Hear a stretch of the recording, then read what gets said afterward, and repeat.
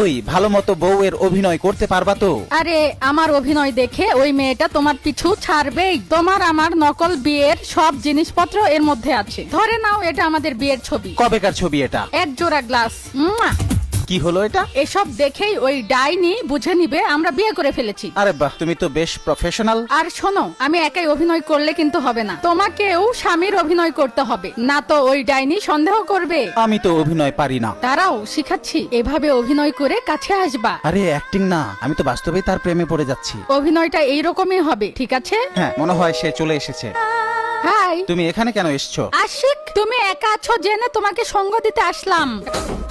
রাস্তার মেয়ে সাবিয়াকে তুমি ঘরে নিয়ে এসছো, এক্ষুনি বের করছি। আরে তোমরা বিয়ে করেছো? লিপস্টিক মাখা গ্লাস। আশিক তো আমার হাতছাড়া হয়ে গেছে।